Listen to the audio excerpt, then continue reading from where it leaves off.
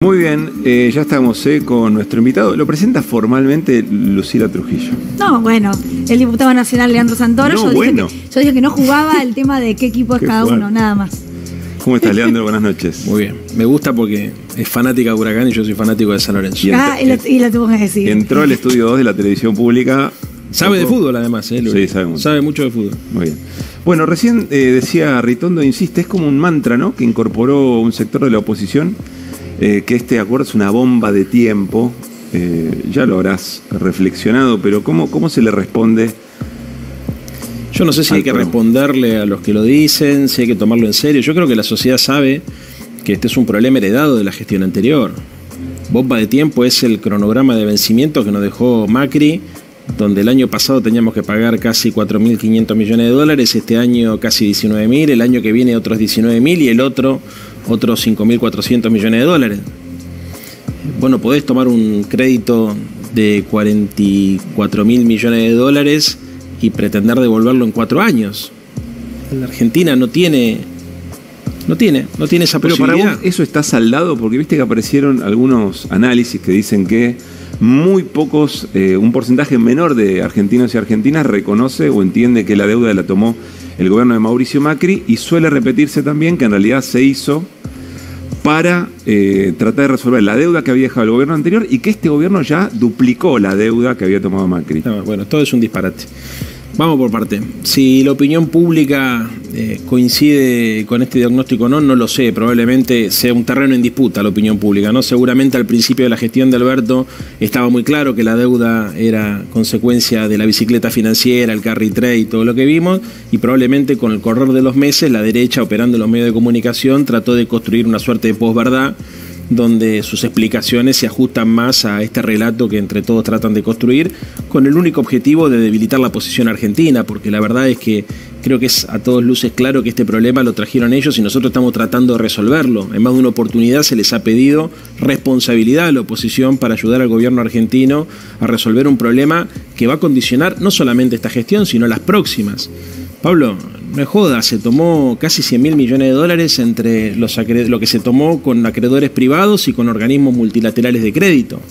Hay algo muy importante que la gente tiene que saber, que más allá del proceso de endeudamiento, tal vez el inicio de este proceso, se dio a partir de la desregulación del sistema financiero los primeros días de diciembre del año 2015. Cuando le toca asumir al gobierno de Mauricio Macri y Alfonso Prat-Gay, lleva adelante una serie de medidas, y Sturzenegger en el Banco Central, que permitieron generar las condiciones para el carry trade. La primera de ellas fue el levantamiento del cepo, la desregulación del mercado de cambios. Después se devaluó. Después de devaluarse, se permitió que los capitales golondrinas ingresen a la Argentina, quitando las restricciones que estaban desde el año 2005. Restricciones que impedían, por ejemplo, que capitales vengan a hacer ganancias de corto plazo y se vayan. Se subió la tasa de interés hacia la estratosfera, se planchó el tipo de cambio, se habilitó la venta de dólares para aquellos tenedores de bonos o aquellos tenedores de títulos públicos que estaban ganando con la tasa de interés. Fugaron los dólares. Cuando no tuvieron más dólares para pagarle a los fondos de inversión privados, fueron a pedirle al Fondo Monetario Internacional, y terminaron poniendo el cepo. O sea, el ciclo, yo creo que hay un error en interpretar que el problema es el endeudamiento. El problema no es el endeudamiento, el problema es la combinación entre el endeudamiento y la desregulación del sistema financiero. Eso es lo que explica que la deuda sea hija de la timba. La deuda externa que se tomó durante la gestión de Macri, en una parte fue a cancelar los compromisos con los fondos buitres, pero después el grueso de esa deuda fue a financiar la salida de capitales. Ahora, Leandro, a mí lo que me llama la atención, que hoy, por ejemplo, tu colega e incluso compañero de bloque, Daniel Arroyo, me decía, hay diputados que se levantaron y se arrepienten de haberse levantado durante el discurso de Alberto Fernández. Como que van, detrás de la decisión de Mauricio Macri o de quien lidera el PRO y luego se arrepienten. En ese sentido, ¿qué crees que puede llegar a ocurrir en la votación? No lo sé. A ver, yo trabajo para que haya racionalidad en el análisis político, en el debate político y en las resoluciones políticas. A veces en todo este proceso de toma de decisiones se mete la irracionalidad. Lamentablemente la lógica de Twitter muchas veces pasa de la virtualidad al mundo real y complica las cosas. Me parece que esta actitud que tomó la oposición es una actitud infantil pensada para las redes sociales. Es difícil imaginarse una bancada opositora de un país con una democracia desarrollada que decida hacer eso frente al discurso al Estado de la Nación del presidente de la República, ¿no? Me cuesta imaginármelos a los republicanos parándose porque hay algo de lo que dijo Biden que no les gusta, se van. Y encima además fracturándose, porque ni siquiera es que tomaron la decisión de irse todos. Fíjense ustedes que nosotros nos enteramos después que era una jugada preparada, porque algunos periodistas ya la habían anticipado antes de que se empiece a hablar en el Congreso. Y en segundo lugar, no tuvieron ni siquiera el consenso interno como para poder generar el hecho político de vaciar. ¿Y eso puede beneficiar al oficialismo, a la fragmentación de la oposición? Tal vez en el corto plazo sí, pero perjudica a la Argentina. Perjudica a la Argentina. Nosotros necesitamos, frente a temas como el acuerdo con el Fondo Monetario Internacional, tener estatura moral, ética, tener estatura política, Luli. O sea, no se puede tratar estos temas en joda. No es lo mismo, ¿viste?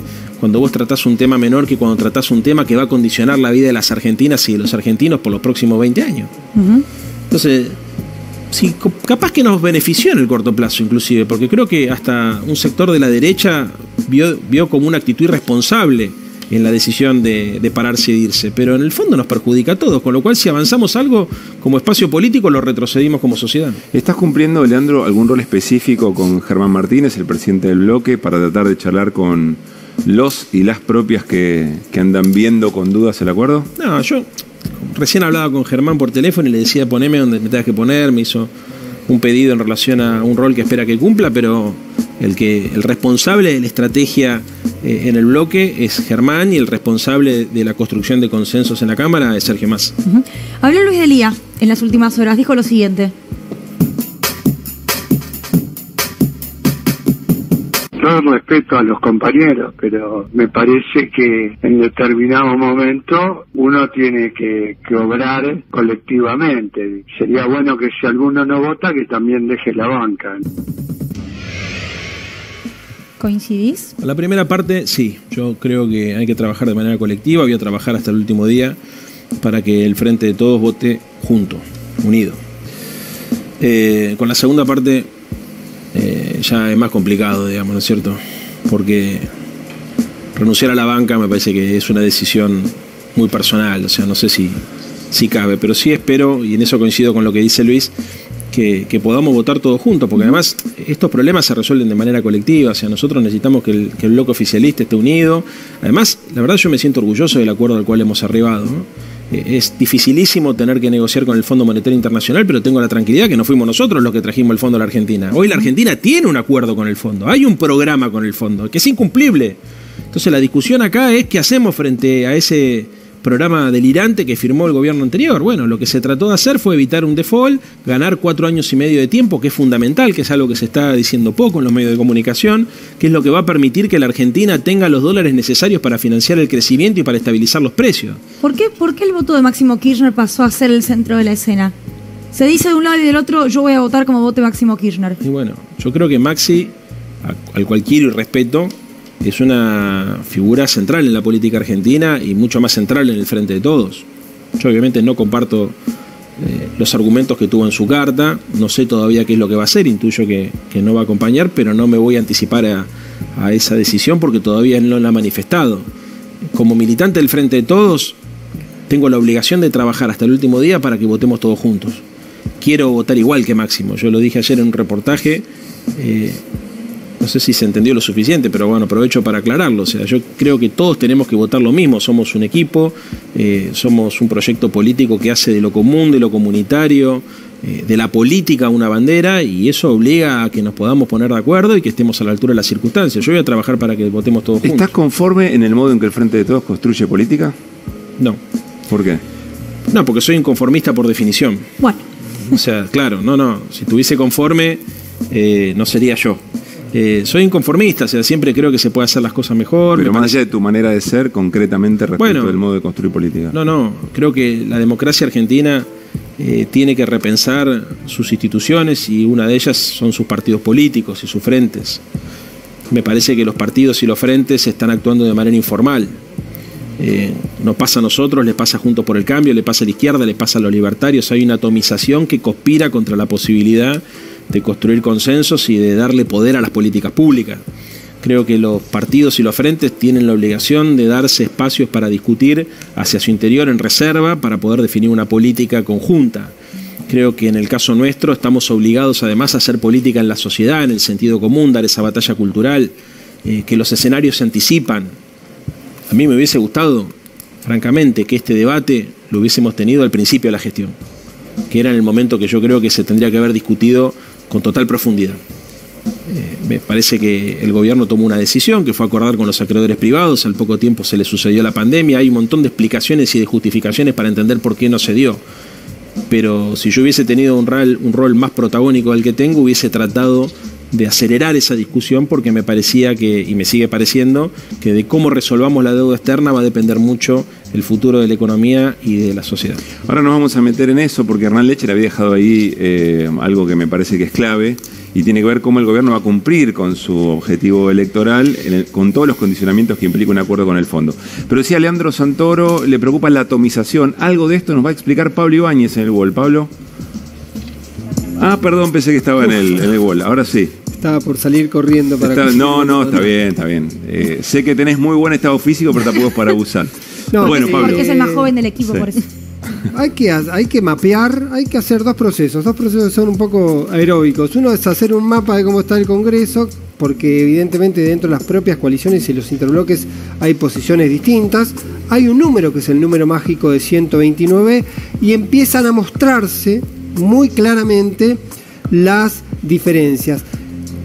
Hubo una mención que le hace Pablo a Santoro respecto a la posición de Máximo Kirchner y se convierte Máximo Kirchner en una especie de figura donde el PRO dice que solo se va a sentar a ayudar al quórum o a la votación a que se logre en la medida que el Frente de Todos sienta a sus 118 diputados.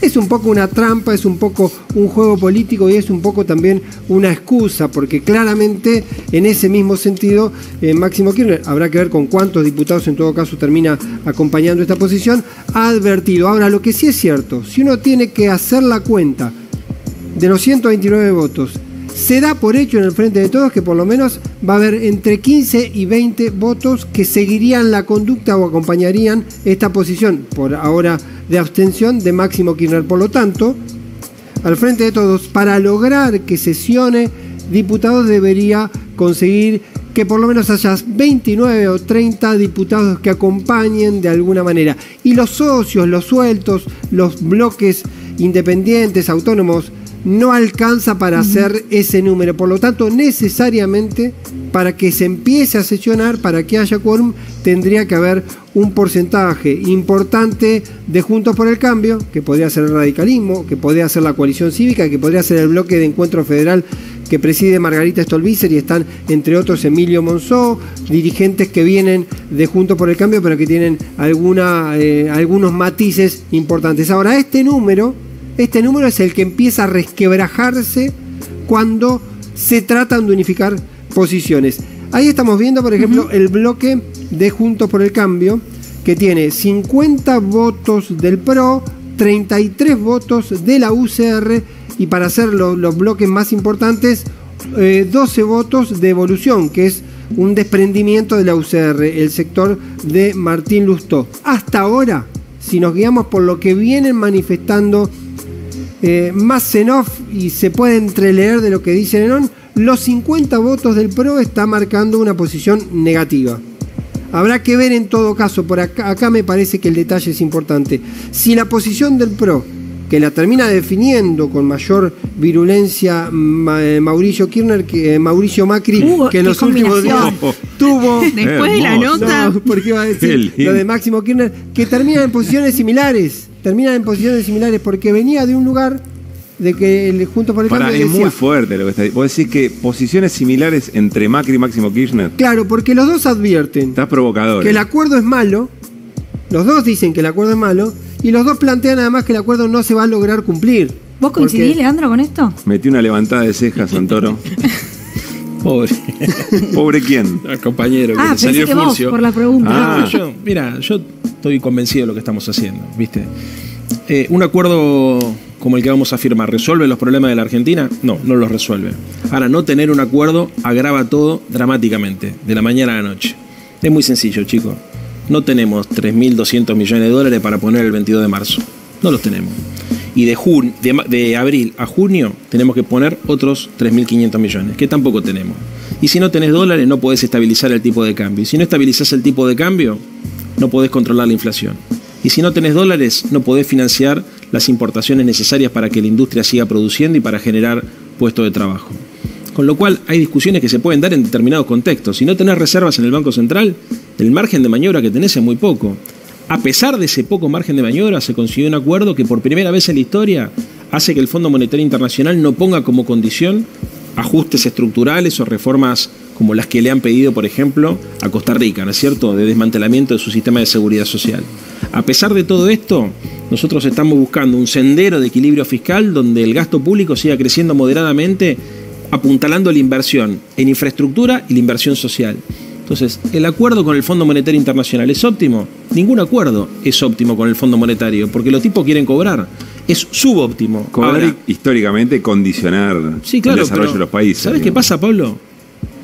Esto es así porque nosotros en el 2018 dijimos que era una locura ir al Fondo Monetario Internacional, porque si vos le podés sacar 50.000 palos a los yanquis y no se la devolvés y no pasa nada, o se la devolvés como te parece, sin que te pongan condiciones, hubiese sido algo positivo ir al Fondo Monetario.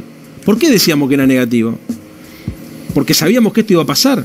Ahora, nosotros no fuimos al fondo, este acuerdo ya está firmado. ¿Y la alternativa que tenemos cuál es? ¿El default? ¿Patear el tablero?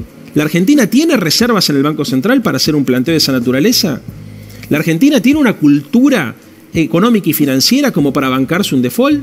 ¿O vos creés que la gente iría corriendo a los bancos a sacar los depósitos y jugarían todos en contra del peso?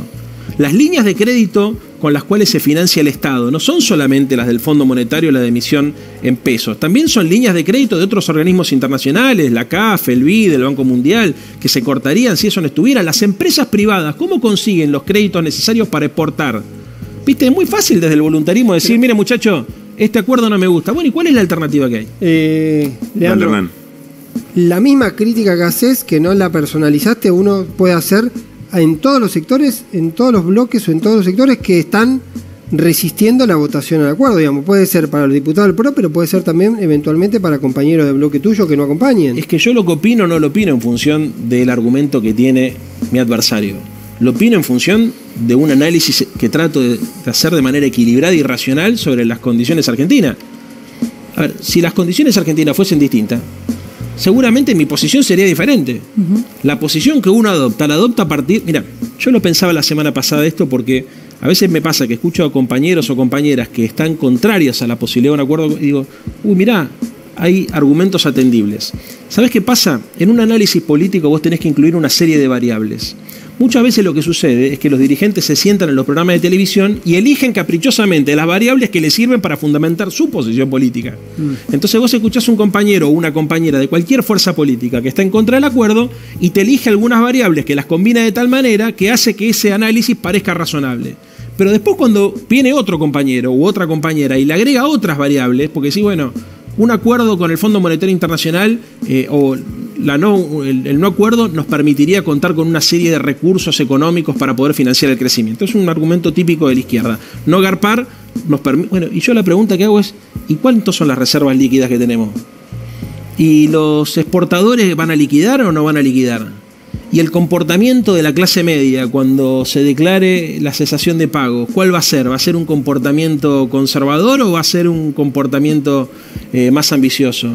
¿Y qué va a pasar? Y todas esas preguntas no las tenés. Bueno, cuando no las tenés, cuando no incluís esas variables, el argumento... Ahora también parece que en todos lados hay como alguien que nadie quiere dejar los dedos, diría uno en el barrio, nadie quiere dejar los dedos de acompañar un acuerdo que, como vos bien dijiste, y todos dicen, no es para festejar, no es bueno, es lo que se pudo, digamos. Y ahí puede jugar también cierta mezquindad o cierto egoísmo, decir, bueno, yo también formo parte de eso y en todo caso tendría que acompañar. Delía creo que lo dice, llevándolo a un plano más extremo de la renuncia, pero evidentemente también hay un compromiso ahí que tiene que ver con la convivencia dentro del espacio político.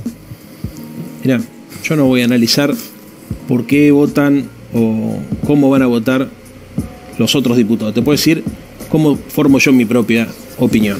Yo no tengo ningún interés de defender a ningún acreedor, no tengo ningún título de deuda, no juego en la bolsa, digamos, la verdad, nada, no soy amigo del Fondo Monetario Internacional ni nada que se le parezca. Creo que la Argentina necesita un acuerdo para estabilizar su economía, para tranquilizar a la sociedad y para iniciar un proceso de recuperación económica. Le queda una pregunta a Hernán Lecher. Hernán. Sí, no, comparto lo de Leandro en relación a la cuestión del default. No sé si la discusión es solo default o acuerdo. Me parece que de hecho en el espacio, en el oficialismo, una de las discusiones incluye qué pasó, cómo llegaste hasta acá. Y una segunda, y en esto te quiero preguntar, es cómo se financia esta cuestión. ¿Por qué no se avanzó? Yo revisaba el acuerdo, por ejemplo, de Ecuador. En Ecuador el propio fondo, acuerda con el gobierno un impuesto a las grandes fortunas por 2 años y un aumento, de hecho, al impuesto a la renta, lo que sería ganancias acá para las sociedades, ¿no? Para las grandes sociedades, en realidad, con un patrimonio superior a 5 millones de dólares. ¿Por qué no se avanzó aquí en el financiamiento de esa reducción del déficit a través de la extensión, por ejemplo, por 3 años más del acuerdo o el aporte? Dos cosas. Te voy a pedir lo que nunca en televisión, breve. Mirá, la primera parte de tu pregunta. Hay discusiones que son atemporales. Yo no hubiese dicho lo mismo que estoy diciendo hoy hace 2 años atrás. Claro. Porque era otra realidad. El tema es, hoy tenemos esta situación. Hoy tenemos esta situación. Y en el mundo real vos tenés que resolver hoy. Porque el 22 de marzo tenés estos vencimientos. Entonces, ahí me coincido con lo que decís vos. Seguramente se pudo haber hecho la cosa de otra manera, pero lo tendremos que haber discutido antes. Y bueno, es otro debate. Y en segundo lugar, acá hay que tener claro que nosotros perdimos las elecciones de medio término. No nos votaron el presupuesto. Por supuesto que creo que hay que discutir cómo garantizamos que haya mayor progresividad en la distribución de los recursos, ¿no es cierto? Y entre ellos creo que sería interesante discutir cómo evitamos la evasión fiscal, cómo logramos que sectores que tienen mayor capacidad contributiva puedan ser más solidarios para evitar que el peso del ajuste o de lo que sea el equilibrio de la economía argentina en los próximos años caiga siempre sobre los mismos. Estoy perfectamente de acuerdo.